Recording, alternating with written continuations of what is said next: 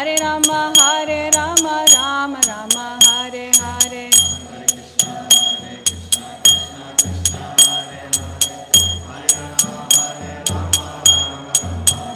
Hare Krishna, Krishna Krishna, Hare Hare, Hare Rama, Rama Rama, Hare Hare.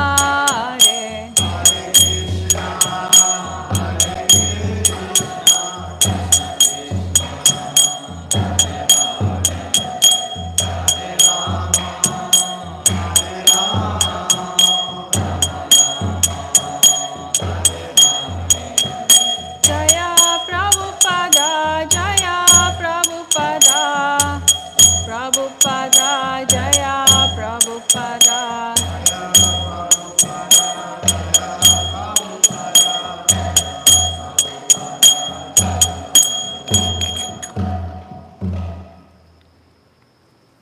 Jai Gaura Premanande, Hari Bol.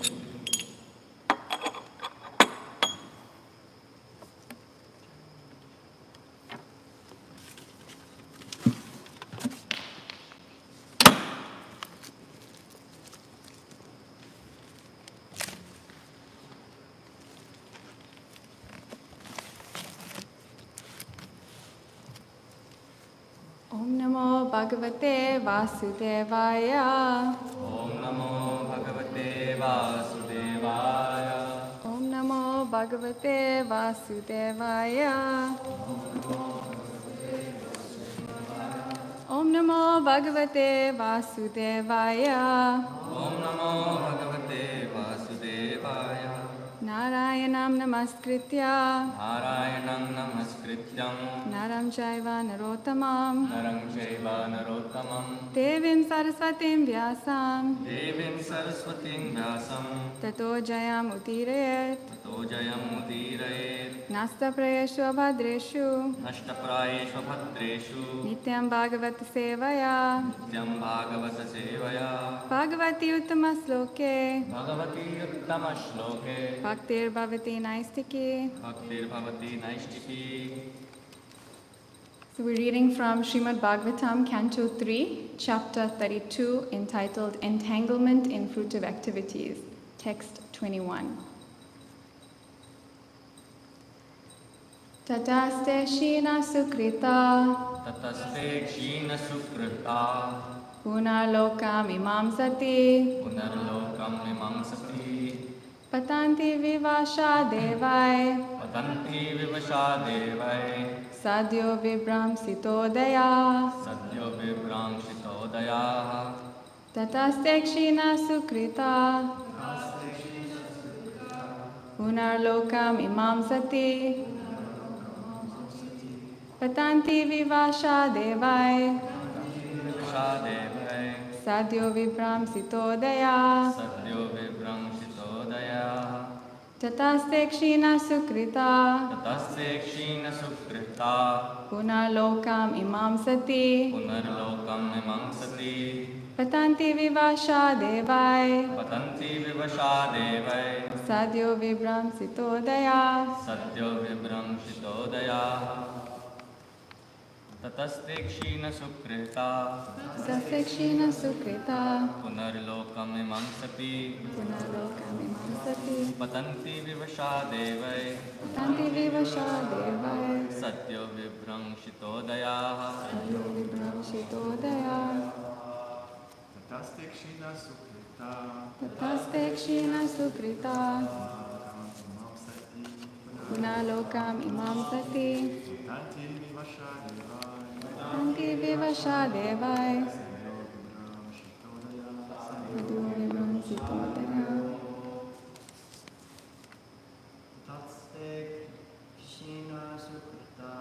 Tataste Kshina Sukrita Punarlokam Imam Sati Patanti Vivasha Devai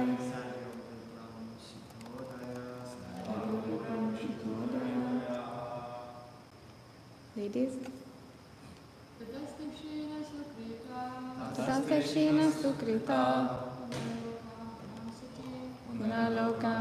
mamsati.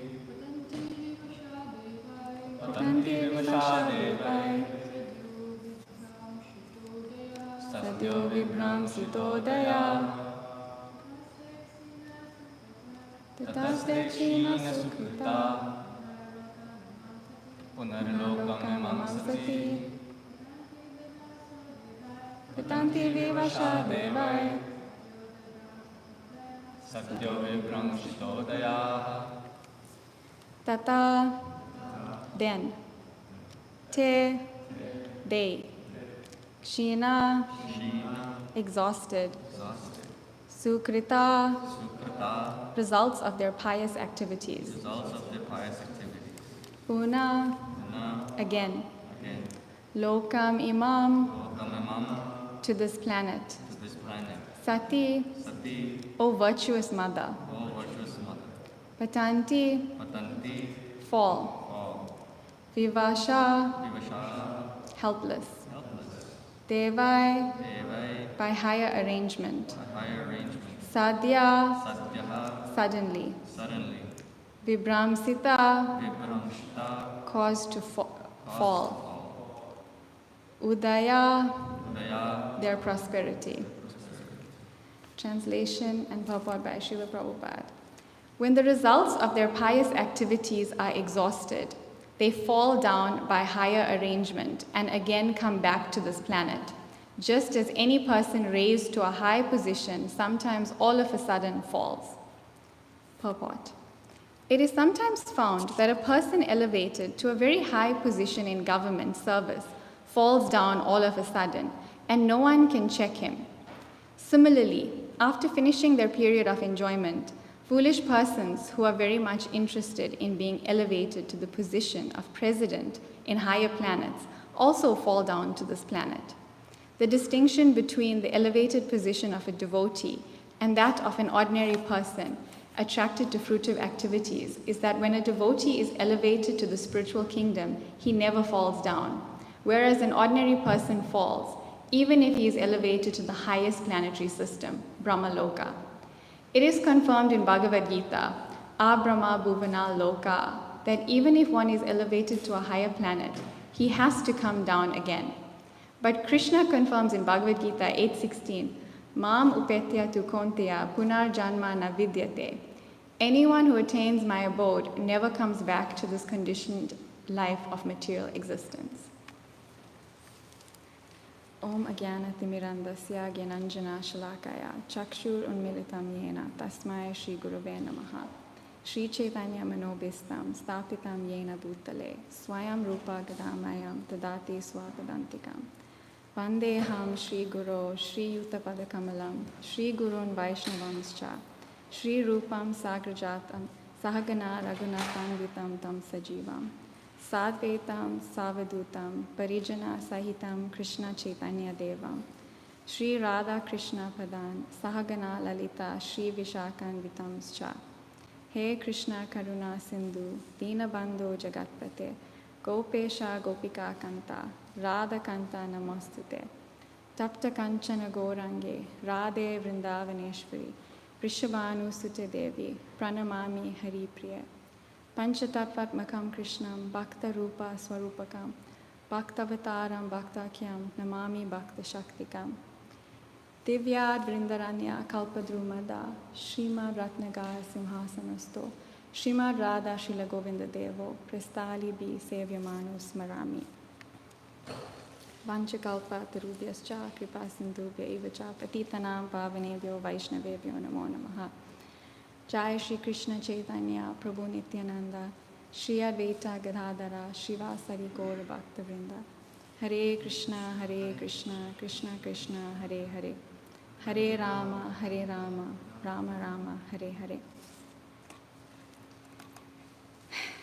So in context, we're hearing Lord Kapila's instructions to his mother Devahuti. And in this chapter, specifically, the topic is describing those who are too attached to material sense gratification. For the last few verses, this verse and the previous 5, it was just describing what happens to such a person who is engrossed in material sense gratification. And he said that they perform their duties with attachment to the fruitive results. And they're impelled by the mode of passion, full of anxieties, and have uncontrolled senses. And it is also said that these people, they're only attracted to hearing about mundane subject matter. They're not attracted to hearing about Krishna consciousness.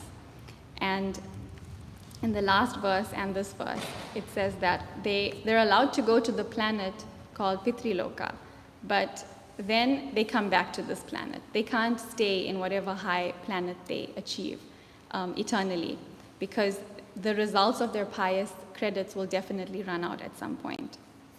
So we can understand that endeavoring for any high position in this material world is ultimately useless, because it will never result in anything eternally. Even if we maintain some kind of position for the rest of this life, we have to die. And more often than not, whatever position we attain, we'll lose even before death. So we should only aspire and endeavor to go to the topmost planet of the spiritual world, Goloka Vrindavan. And even on this planet, materially, when we endeavor for anything, for position, it means we're endeavoring for superiority. We're endeavoring to be in control, to have name, fame, and authority. But they can only last a limited time. And we should also remember, because it's mentioned there about government service, we should also remember that even in our spiritual lives, that when there is the opportunity to take up some kind of position, if we view it materially, the way the materialists see their positions, to control, to demand, to force others to do something, then we're no better than the materialists in one sense. We have to remember that in our spiritual lives, any position we get is a position of being a servant leader. That's the point. If we're a leader in Krishna consciousness, it means we have to be the best example of a servant and lead by that example. So, Kadamba Kanana Maharaj used to tell a really interesting story. He says that the process of Krishna consciousness is meant to make us flexible. It's meant to make us adjust and adapt. And generally, when we're trying to control, when we're trying to have superiority over another, it's because we're trying to be hard like a rock. You know, we come into Krishna consciousness and we have hard hearts. And this process is meant to soften our heart and make us more gentle and adjustable. And he gave the example that we're like chapati dough, you know, and we're being pummeled by two fists, beating and kneading and shaped into dough. And that's what this process is doing. And he tells this very instructive story about when he first joined the temple in Vrindavan, and 1 week later, he became the restaurant manager, because that's how it was back in the day. So he had, of course, he didn't understand Bengali at that point, and there was a Bengali chapati cook. So he always had issues with this chapati cook. And then eventually, and Bengalis, they're always making politics. So the chapati cook tried to create some politics with him. Eventually, he got another cook who was a Srila Prabhupada disciple. And this chapati cook was good, very good at making chapatis. But one day, there was a group of 25 Indians who came to the restaurant, and they needed 4 chapatis each. So that means 100 chapatis. So Kadamba Kanana Swami would yell, 100 chapatis, down to the chapati cook, and nothing came back. And then he would push and say, 100 chapatis, again and again. Nothing was coming. And over again. And then eventually, the cook was shocked, of course, to have such a big order. But because Maharaj kept pushing and pushing, eventually the chapati cook came out and he had a piece of dough on his finger shaped like the Joker, and he just put it in Maharaj's nose and said, "No chapatis, because the cook has quit." And so he says that experience taught him so much, because he had to learn to become flexible and to understand the needs of the people who were serving under him instead of just pushing. And another time, he mentioned that in spiritual circles, we're working with volunteers, so they can't be forced. We have to inspire. He would often speak about the inspirational leadership model, where everyone is meant to become an acharya. Acharya means one who teaches by example. So everyone in this movement is actually meant to teach by example. Everyone, in one sense, is meant to be a leader. It's not for people just in high positions. It's everyone, and because that's how the Sankirtan movement expands. Kadambakanana Maharaj said that when we become inspirational leaders, then we can inspire people to take up Krishna consciousness. That's actually our role as devotees. Because if we can inspire others, then we'll never have to ask for anything, because people will naturally come forward. If one is inspired by the association of a devotee, then naturally they will want to move everything aside to serve this devotee or serve with this devotee.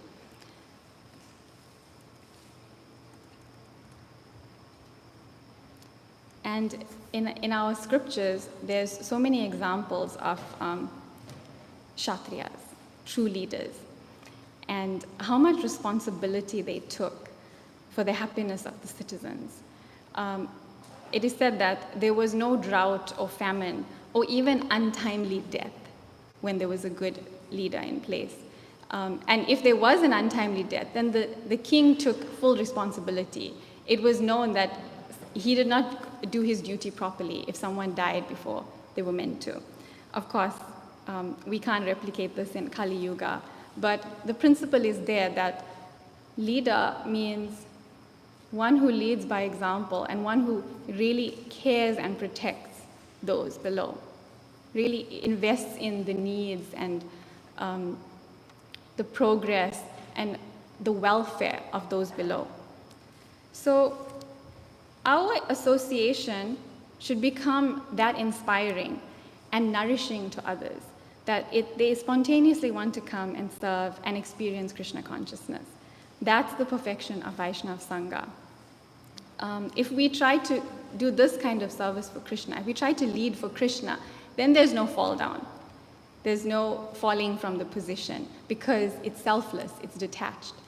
But if we try to lead to be in control, then there's the possibility of fall down, because that's what the materialists are doing. We may be doing the same thing in the spiritual circles, but the point is detachment. If we get puffed up by power, then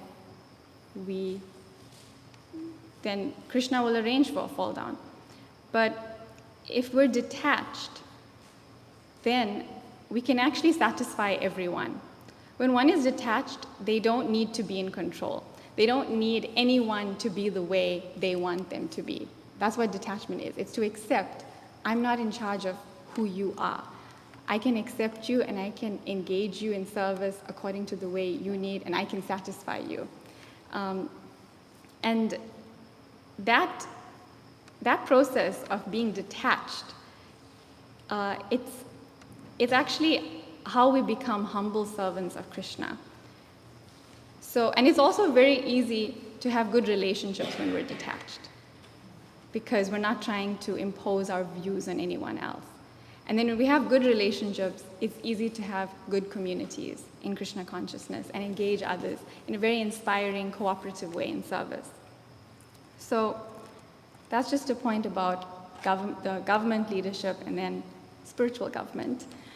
But what this verse is basically saying is that material desires are the cause of all our suffering, because having material desires means we will always come back to this material world.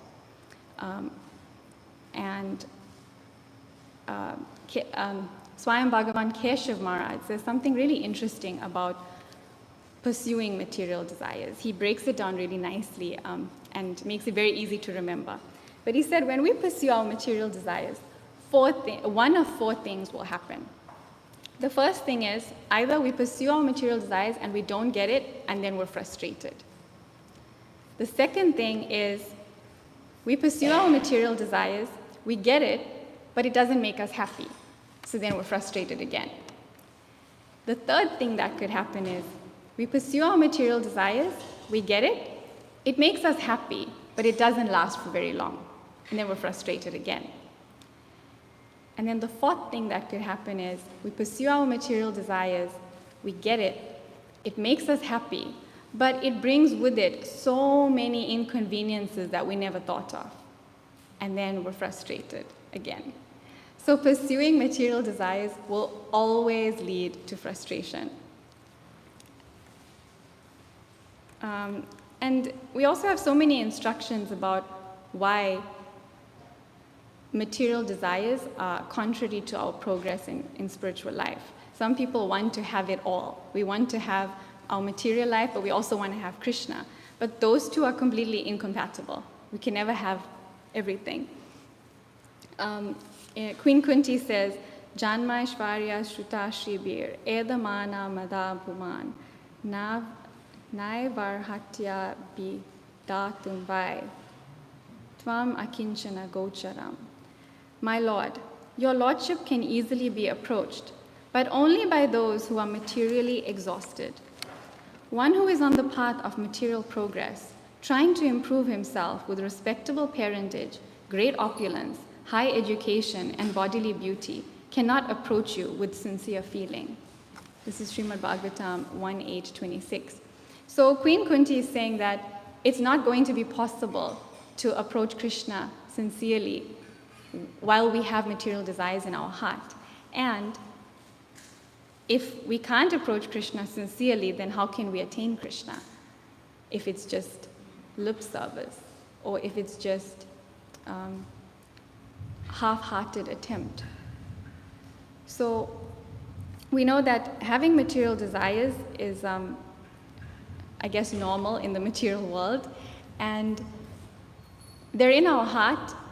They're very deep within our heart, and we may not identify them sometimes, but they're there, and we know that they're there because we keep going back to it, because we haven't developed a higher taste yet. Why can't we give up sense gratification? It's because we don't have that higher taste yet. Kadamba Maharaj would say that everything moves by taste in this world.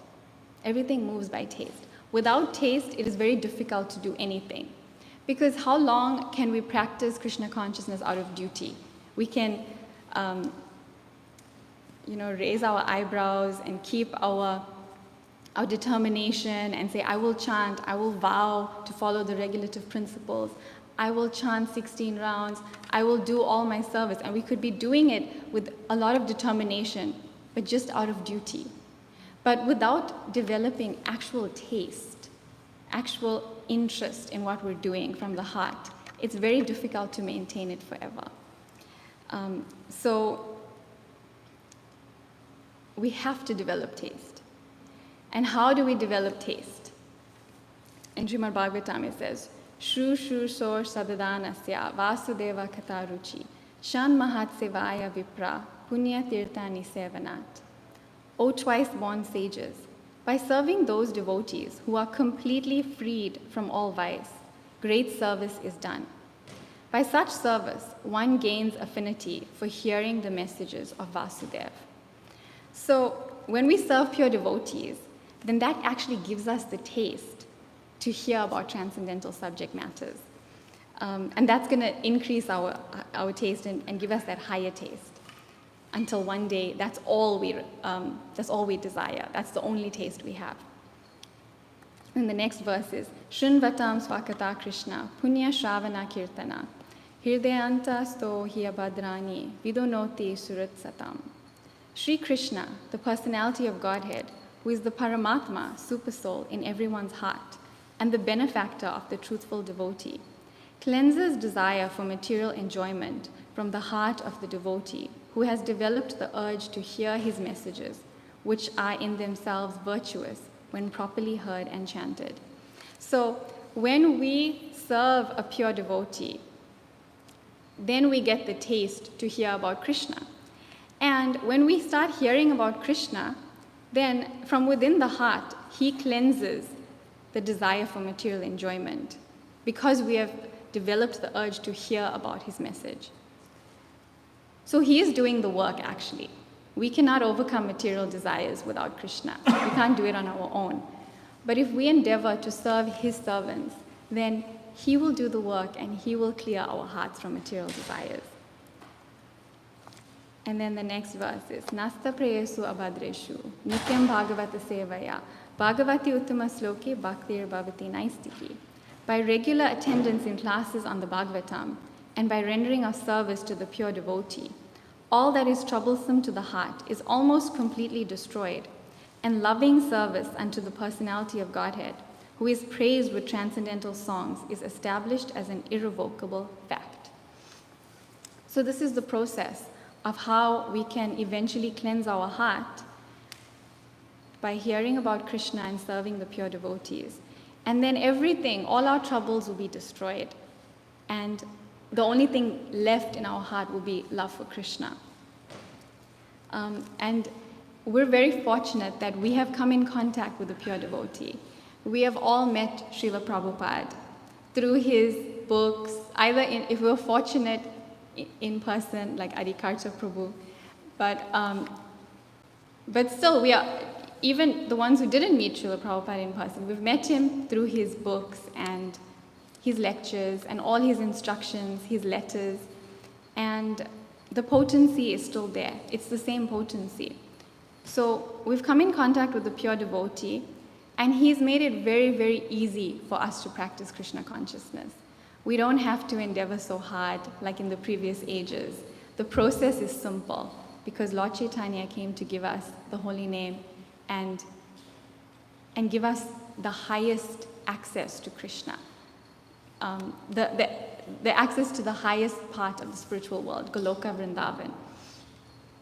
So Srila Prabhupada came to spread that all over the world, and he's also given us so many pure devotees in the form of his disciples and grand disciples to inspire and encourage us, and for us to have the opportunity to serve these pure devotees and then clear our hearts. So we should take full advantage of this opportunity. We should not half-heartedly do anything, half-heartedly serve the pure devotee, but we're meant to give our whole life to the pure devotee. Ado Gur Vashraya. We have to take shelter of Guru. In Krishna consciousness, our only lifeline is the association of pure devotees. What can we do without them? Nothing. There's a verse in Chaitanya Charitamrita. It's a famous verse. Durga me patimen dasya skalat pada gater muhu svakripa yasti danena santa sanva valambanam. My path is very difficult. I am blind and my feet are slipping again and again. Therefore, may the saints help me by granting me the stick of their mercy as my support. Krishnadas Kaviraj Goswami is very humble because he is a pure devotee.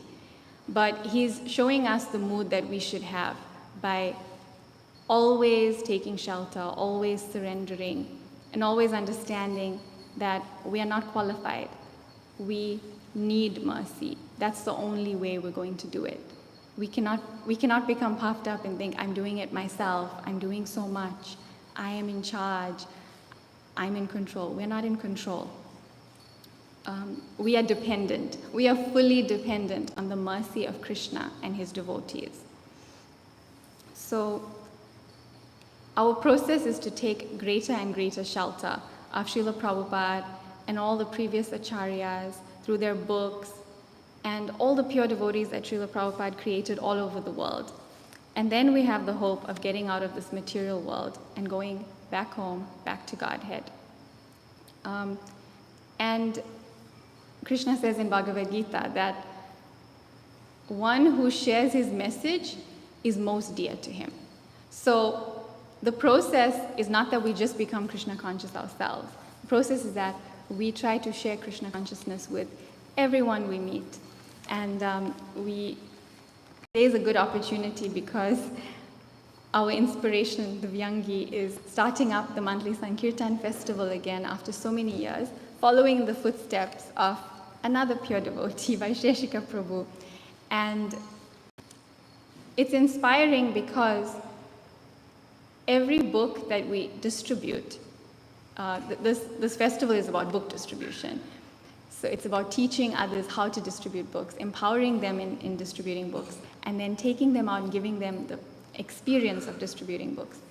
It's powerful because it will transform everyone's lives.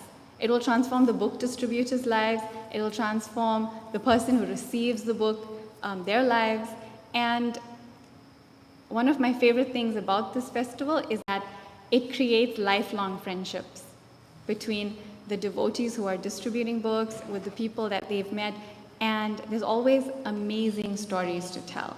There's always some unbelievable story to tell about what happened on book distribution. And that's real Sangha. That's real association. When we're sharing our ideas, our plans, and our experiences on how we're propagating the Sankirtan movement of Lord Chaitanya. We recently went to Gita Nagari for a digital detox retreat, and we took some of the people that we're cultivating through Bhakti School. And I have to say, I felt more inspired by them than they could have been by me. All the people that came, we call them newcomers, but they're really not new. They're practicing devotees now. I felt more inspired to see how they had started, even just being associated with Krishna consciousness for less than a year, just a few months. They had already started sharing Krishna consciousness in their own way, in their own circles, with their family, with their friends, at work, with their colleagues. Small steps. You don't have to be a big preacher. You don't have to distribute thousands of books or hundreds of books and break world records. You can be a little preacher, and it's still, to Krishna, it's the same. To Krishna, as long as we are giving our full endeavor, that's best. It's like the story in the Ramayana of Lord Ram and Hanuman, and I think it's a squirrel, but people say different things. But Hanuman can lift big boulders, and the squirrel can move tiny grains. But to Lord Ram, he appreciated both equally, because he said both of them are using their full capacity in service. So that's what we're meant to do. We're meant to give our full capacity in service to Krishna. And whether that means 1,000 books or one book, it's inspiring, because simply the mood that the devotees that we're cultivating have is that they have received something valuable and they want to share it. That's all we need. That's all we need in Krishna consciousness, that willingness to share. And so I found it very inspiring. And we even had one person who didn't hear about us at all before join, simply because his friend had shared the news with him to come to the retreat. And then that individual was asking such brilliant questions. And then he's going to go and speak to people at work to answer their questions that they have asked him. So it's like, this is how community is built. This is the magic of the Sankirtan movement. It all happens by inspiration. It all happens when people can see something valuable and they're willing to share it. So this is our process. In New York City, it's very inspiring because there's so many opportunities to share Krishna consciousness. Ram Roy Prabhu and his Harinam team are one of the greatest inspirations in my life, just because of their determination and because of how they attract people to the holy names. They're attracting the whole of New York to the holy names, and they're purifying the atmosphere. It's like tumultuous kirtan that's just cutting through the thick layers of ignorance in New York City and transforming hearts. And we see so many people coming to our programs from the Harinam. That's the most inspiring thing. Distributing a flyer at 3 p.m. and then seeing the person at 7 p.m. at the program. That's the best. I've only ever experienced that in New York City. Such an immediate response. So, this is the way to accelerate our advancement in Krishna consciousness when we share it with others. It's, I think Vaisheshika Prabhu often says that it's like we have two things that we're doing. We're meant to chant Hare Krishna and teach others. And that process of sharing purifies us so much. And even Vaisheshika Prabhu often says this, and he's quoting Bhakti Siddhanta Saraswati Thakur, saying that even when you get rejected on book distribution, it gives you spiritual blood for your spiritual body. So even something seemingly negative like being rejected is actually positive because it is dissolving the false ego. It's giving energy to the spiritual body.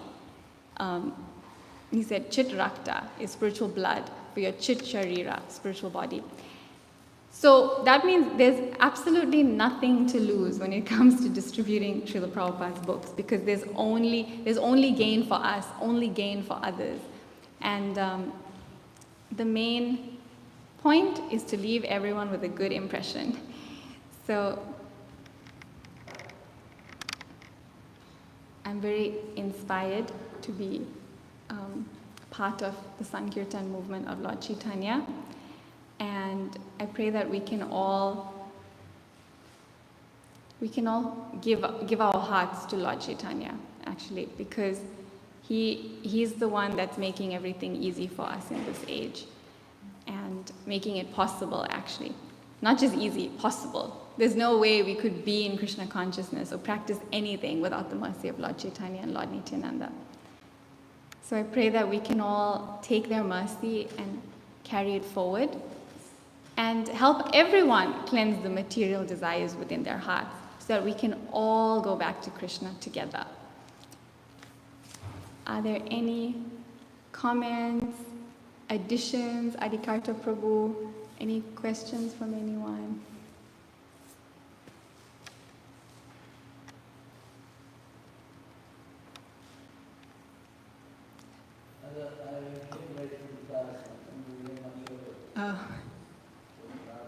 Oh, the acoustic.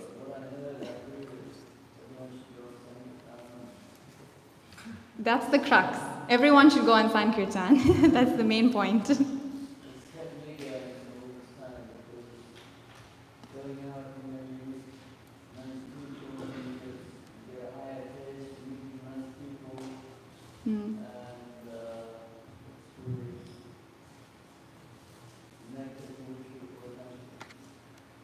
Yes. It's the nectar for which we are always hankering. Thank you so much, Prabhu. I mean, you're an inspiration because you've been doing it for so long and have cultivated so many people.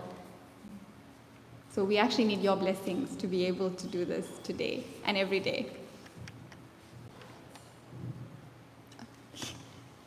Hare Krishna. Thank you for reminding us. Yeah, I didn't know you were so Sankirtan. Nice. I wanted to ask in regards to one of the first points you made that we have to be like chapatis. We should be able to become soft and the Lord should be able to work with us.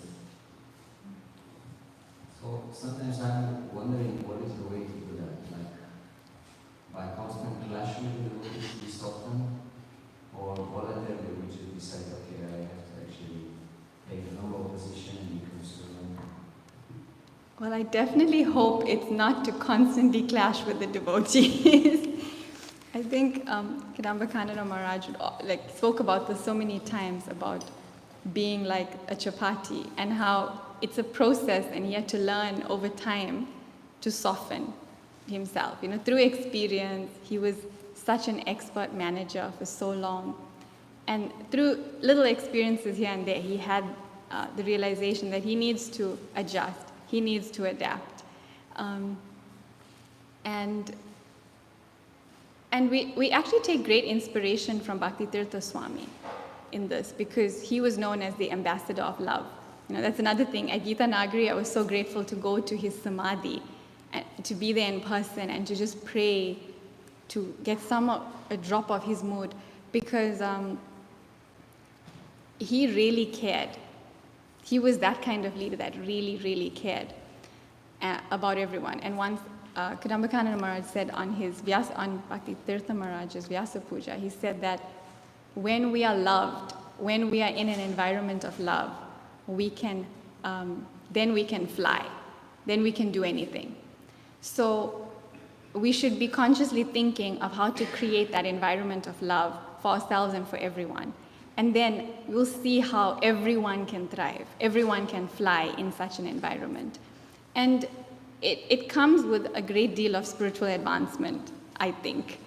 I think we have to really endeavor to become spiritually advanced.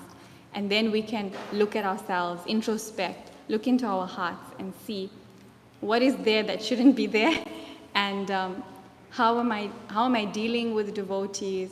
Am I constantly clashing? If I'm constantly clashing, that means something's wrong, because our aim is the spiritual world. The spiritual world is a community of love. All the devotees are cooperating to serve Krishna in the spiritual world very nicely.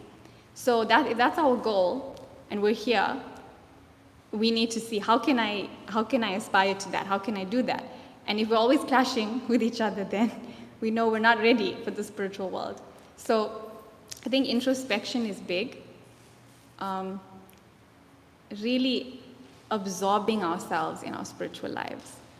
Then that brings about advancement. And then we look into our hearts, see where we're at, and then take the humble position. That's the next thing. It's like, okay, I know I'm falling short. I know I've offended so many devotees. I know that I have a nature that's very difficult to be around. I can be really fiery. I can be harsh. Then apologize, beg forgiveness, approach the devotees, and just be humble, like, I'm so sorry that this happened. I'm so sorry, like, I'm working on it, Because that's the difference between someone who's advancing and someone who's not. We all do the wrong thing. Everyone does the wrong thing. But someone who's advancing can see the difference and can see when they're doing the wrong thing and make it right. Someone who's not advancing will just always say, it's someone else's problem. It's someone else's fault that something is wrong. It's never my fault. They're always the victim. That's not advancement. I think Keshav Swami, he also speaks about, I think he was quoting Bhaktisiddhanta Saraswati Thakur also, but he said, the 4 defects of the human being, the first one is imperfect senses. What can we do about having imperfect senses? Nothing. That's just how it is. So we can't help it. And then because we have imperfect senses, we have the tendency to be in illusion. Again, we can't do anything about that. We can't help it. We will be in illusion. And because we're in illusion, we will make mistakes. Again, we can't do anything about that. We will make mistakes in life. But the 4th propensity, the cheating propensity, we can do something about that. Because when we make a mistake, we can either own up to it and beg forgiveness, or we can cheat and say, I didn't do anything. It's not my fault. I didn't do anything wrong. So that's the only one we have control over, the cheating propensity, to see whether we are going to continue cheating or whether we're going to stop cheating and just be honest. So all of these things, all of this introspection helps our relationships, helps our, just for ourselves. It's every devotee's responsibility to look into themselves and to see, how can I soften? How can I adjust? Kadambakananda Maharaj speaks about it so nicely, about the journey of his life and how he had to adjust all the time. And then in one of his last lectures, he said that the expertise in being a manager, being a leader, is that you should try to make everyone come up with what you want them to do in the first place. Like let them come to it themselves. That's good management. And it was funny. We all laughed because the way he said it, he had like this, it was like a mic drop moment, It was brilliant. But it's true because we can't force people. We can't clash with people. We have to let their natural devotion awaken from their heart, inspire them, and then more likely they'll be willing to do what we need them to do when we're inspiring. They'll want to do anything to serve if they're inspired. So I think it's all those things: becoming inspirational, advancing, introspecting, not cheating. That's just what I have to say. But I think, Tulsi Prabhu, you probably have more of an answer to this question that you've asked. You're just challenging me. Divyangi.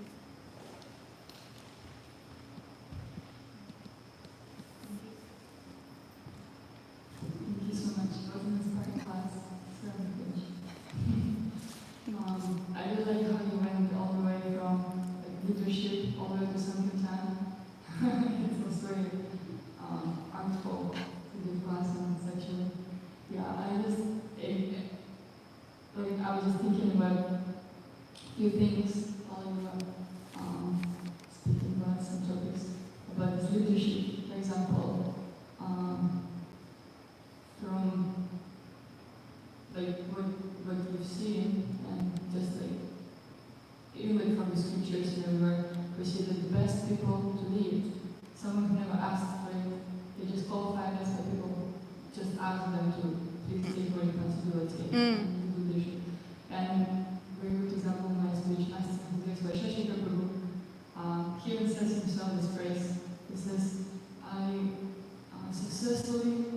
I was successfully avoiding leadership positions for many, many years. Yeah. All he wanted to do is the books on the streets for many, many years. Doing the government, the guru, and the president, and the GPC, all these things. So, there's also a nice example of Chaitanya how I posted it maybe a week ago or something in our listeners group, how the Mangaji, how the more advanced person becomes, the more knowledge you have that it actually compares to these ripe fruits, ripe mangoes, and what actually G does, it just goes all the way to the ground. So it compares to the person who's actually advanced, who's really qualified. He was very humble. Yeah. It's actually the main quality of leadership. But it's interesting you mentioned Sankirtan and leadership, because Sankirtan is leadership and leadership is Sankirtan, Because to be a preacher means you're already a leader, because you're exposing yourself to people. And I was also thinking about the Prabhupada's example. When he, this is the most inspiring story for me. Why we do so many things? Duties there. We get to some kind of, juice out of something. But the real thing, why we do something, because we have a good relationship with someone. Sometimes we don't have any desire to do anything, but then we think, let me just go and help this person, because I like this person. Yeah. You see, it's for example, Ayush Prabhu, Ramboy Prabhu, right? There was no one that he didn't, but then people just like these people, and that's why they want to help. Not necessarily they help, with so much desire to help, but through this small desire to have a deeper relationship with this person, you actually advance more and more and more. Yeah. The Srila Prabhupada, very nice instance, how to watch it, they would just come to Second Avenue, right? They didn't know anything about the rules, regulations, anything. They were like, you should, okay, I'll do it, right? Because they just like Srila Prabhupada. Yeah. And to have a relationship means to trust someone. That means that you actually take initiation and then the person tells you what it actually means, and then you're able to follow these things. So relationship is the key in devotional service. Yes. And advancement also means that cooperation, right? Meaning how good your relationship with other devotees. Exactly. Yeah. That's actually the biggest sign of advancement. to have, I mean, one of the big signs, to have good relationships. Yeah. Thank you for that comment. It's amazing. It is true. People that we like, we want to help. And we like them because we get something from them. You know, we're getting inspiration, we're getting friendship, we're getting association, and then, of course, we want to serve them. It's a natural, because our inclination in the soul is to serve. So we're always looking for people to serve.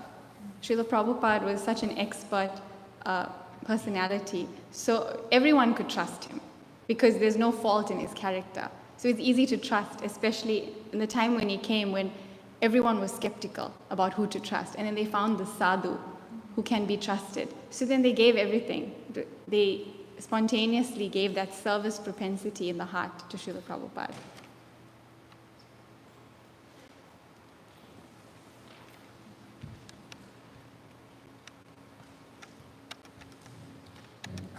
Just wanted to mention things on this negotiation to the of what he was saying in this part.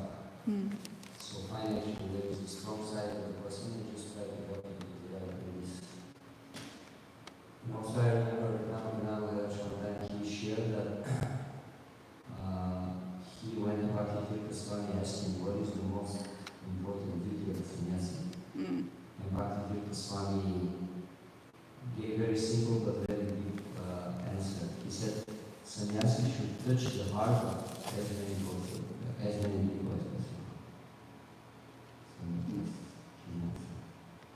Thank you for reminding us of that. Okay, there's nothing else. We'll end here. Grantaraj Śrimad Bhāgavatam ki jai. Srila Prabhupada ki jai. Gaur Premanande.